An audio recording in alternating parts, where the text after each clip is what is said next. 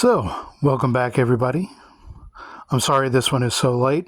Probably won't be up until Saturday because it takes so long to upload off of my phone, I'm afraid. But I will do my best to get it up as quickly as I possibly can. My last sketchbook of the year, I've only filled it up about halfway, so hopefully we can get through this one pretty quick. But of course, a lot of things happened. We have the election, of course, in this one, and of course all of the fallout from that. So let's go ahead and get started. Here we have Jake Tapper laying J.D. Vance out like Muhammad Ali did. It was a pretty brutal interview, I thought. So anyway, I thought it would be good to start this particular notebook or sketchbook with that. Ben Shapiro went on Jubilee and debated a bunch of leftist college kids and pretty much wiped the floor with them, just like Samson. So I figured I'd go ahead and make him up like Samson. About this point in time, I burnt my hand on my radiator on my way down to Bowling Green and really messed it up. So I did my utmost to keep the cartoon simple. Of course, that hardly ever works out. But as you can see, my thumb is a little discolored, but for the most part, it has pretty much healed. But needless to say, it was a rough go at it for a time. But anyway, just so I tied a yellow ribbon around the old oak tree for Steve Bannon. It was when he finally got out.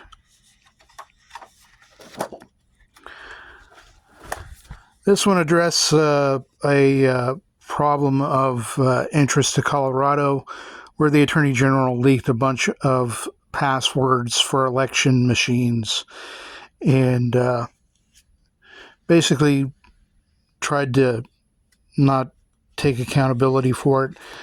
I assume that things are still pending on that particular thing. I hope that justice is done. Another election cartoon. I noticed that all the machine glitches were always skewing Democrat. And I can't remember who said it, but that's a statistical improbability or impossibility. So, needless to say, I felt that there were some shenanigans going on, so I made up this cartoon here. Why do these glitches skew only one way? So, anyway. Oh, we're going to skip that one short for a moment. These two pages like to stick together, but this one was done the night before the election. I'm absolutely certain that Rob Reiner would absolutely hate it. You know, and you go, yes, Fezzik, I hope we win. That is one of my favorite exchanges in the Princess Bride movie. So, anyway, I hoped that we would win the night before the election. Of course, I voted early, so I didn't have to do much of anything at the time. I actually stayed up very late and did this one the night of. Once the election was called, I went to work on this one. Great Wave over Kamala. Very much like Hokusai is what I was hoping for. And then it's sort of funny, I've mentioned that I work very fast and I work, very decisively, where I come up with an idea and start work on it right away. And this is a case where that actually almost hurt me, because if I had better planning, I would have made the elephant a little bit more noticeable, because he was an afterthought. And I was like, oh, we got to put that in. I was lucky enough to be able to do that. Of course, afterwards we had a lot of decompression and time to relax a little bit, rest on our laurels. And so, I decided to tackle an entertainment topic with an issue that sprung up immediately after the election between Melanie Mack and Alyssa Mercanti. Of course, Alyssa, being the chihuahua that she is, was challenging Melanie to a fight. And of course, Melanie is actually a fairly tall girl. She's like 5'7", and Alyssa, by all accounts, barely tops 5 feet. So I had it set up to where Alyssa was like, let me at him. And, Melanie just holding her off by putting her hand to her forehead. But I never did finish that one.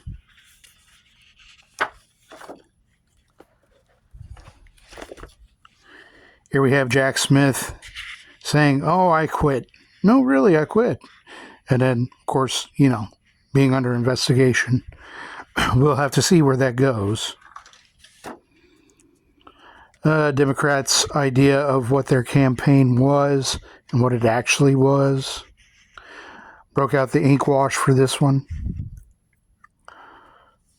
Some of the pages are sticking together, I'm afraid.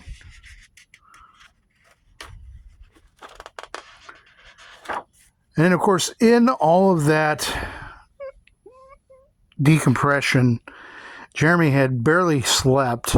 Jeremy Hambley of the Quartering, and he was on with Melanie one day and was reading super chats and said Dr. Ums, and Melanie said, "Well, I think that's drums," and it was. And so we all decided to invent Dr. Ums proctologist. So voted best proctologist in Milwaukee 3 years running. Off the Beltway, next to Menards. So we won the election. Now what? Of course, we've broken one block, but now we have a wall of blocks that we need to go ahead and tackle. Now, I think Styx actually just even today had a very good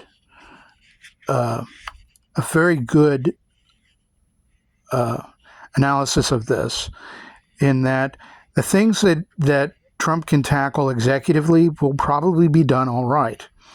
Some of it, unfortunately, it's going to take more than just him to do, and it's not likely that he's going to get all the support that he needs in either the Congress or the Supreme Court, for that matter. I mean, we can always hope so, but I'm not. We will have to see how much he can actually get done. I hope for more than what we get, or I hope for more than what I think we will get, but I'm not going to hold out. I'm happy. I am optimistic, but I'm cautiously optimistic. This one is about a bunch of the CNN folks being laid off.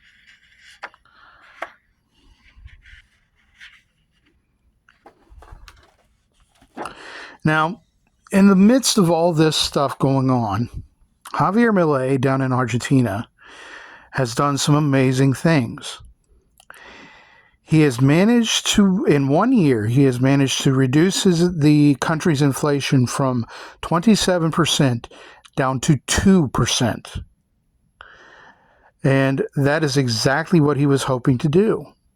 So, in that respect, I was actually I caught on to this fairly early and actually put this out before a lot of the major news outlets tackled it. Of course, they are neglectful in wanting to tackle any good news from anybody remotely conservative or MAGA. So it makes sense that they held off on talking about it until the last second.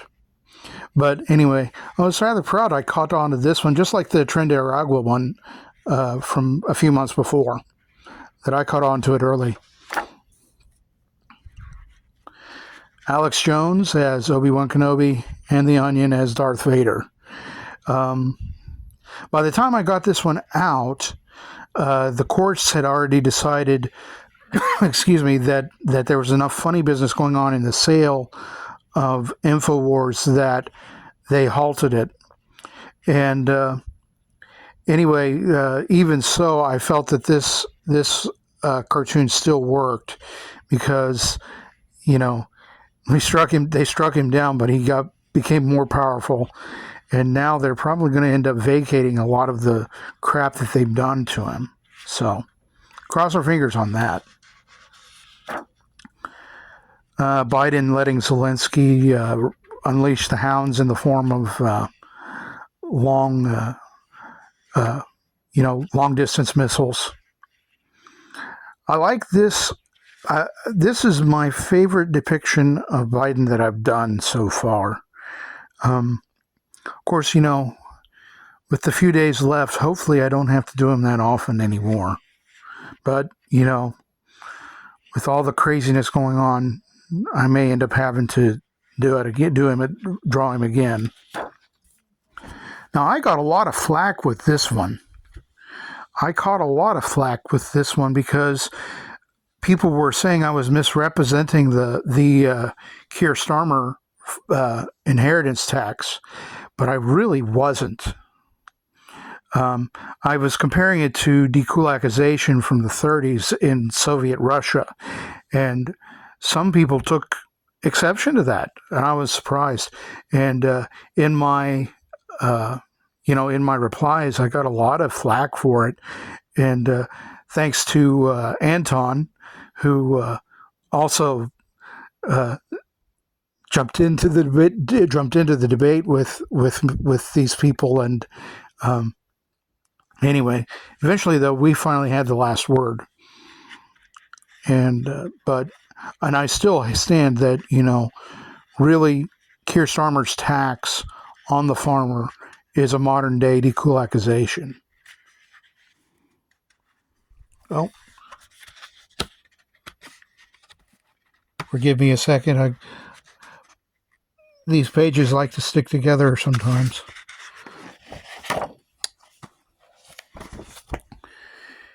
In God we trust, all others pay cash. This was pretty self-explanatory. This was before he was nominated for anything, and I was glad that he did get nominated.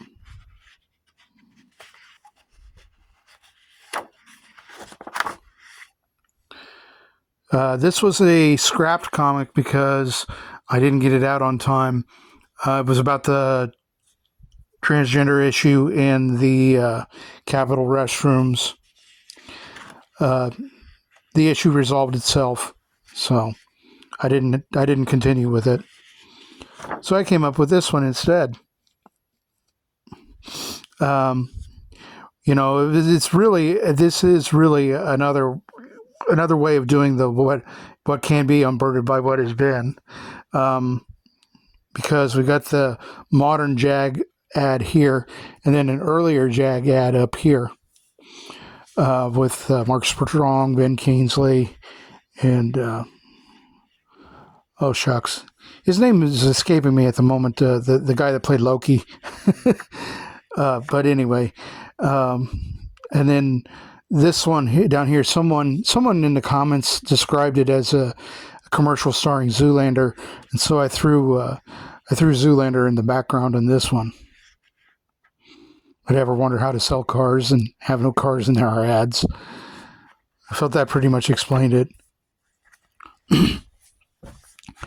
Here we have Mrs. McMahon taking it to the Department of Ed. I really hope that she works herself out of a job. Not in a bad way either. I don't think we need the Department of Ed. Before the Department of Ed, we were first in the world with our education, and since we have the Department of Ed, we are now 24th. That makes no sense. Feds need to get out of education. It's been a local right, constitutional right locally. No reason for the feds to be there. If they want to pay some money for it, that's fine. But other than that, no. This one was suggested by our friend Anton. It's a comparison of an old school witch doctor to a modern day witch doctor in the form of a Keynesian economist. And like I say, Anton's been a big supporter of mine for since I started talking with them on at the quartering show, and of course he promotes the quartering, and Luke Gronkowski or Luke Rudkowsky and other people, his business is amazing. You need to check it out. Another one with Keir Starmer, balancing the ship of state and all the issues that they have. This ship is actually modeled after the HMS Victory. I don't know if anybody caught on to that or not. This one has a bit of a history. Back in 1930, the current room that they use for briefing the press was actually a swimming pool built for FDR for therapeutic purposes. So you would have an indoor pool year-round. And my argument is that they don't really need that. They could release press releases and still have the same amount of contact. And I say that Trump needs to say, media be nice, or I get my pool back. I think that would be pretty good. And this is probably my worst rendering of Donald Trump that I've ever done. I don't like it. And but, you make do whenever your time's pressing. This one is about Facebook banning Smith & Wesson. So I have the famous exchange from Dirty Harry, who's we, sucker? He says, Smith, Wesson, and me. And then, of course, struck with the ban. I don't know if they've unbanned them or not, but I thought it was pretty stupid.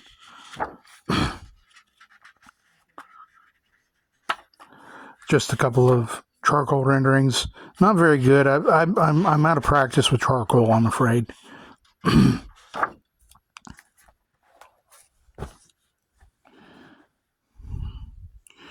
America and Russia fighting over Syria. At what cost?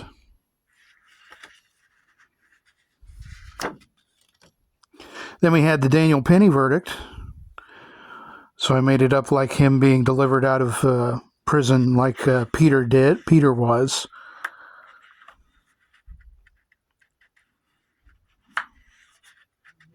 Taken from an old Renaissance painting.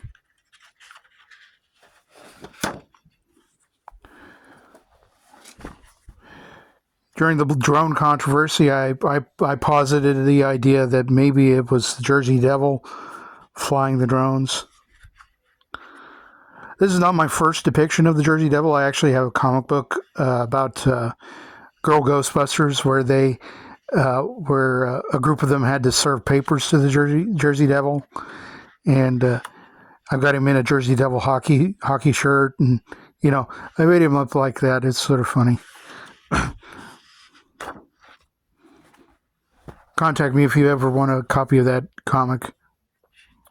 Adam Schiff, saying that he didn't think the American people elected Trump to pardon a bunch of J6 criminals, when in fact it probably actually was. And then we got Joe Biden in the back there with 8,062 pardons and counting.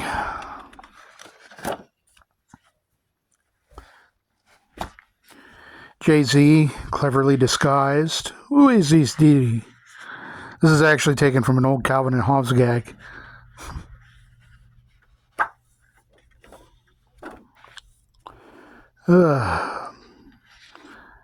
People saying that Sydney Sweeney is mid. Probably a bunch of chuds living in the basement. I don't understand that. One thing you cannot say is that Sydney Sweeney is not a beautiful lady. And the omnibus bill.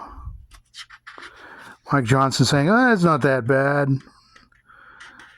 It really was that bad.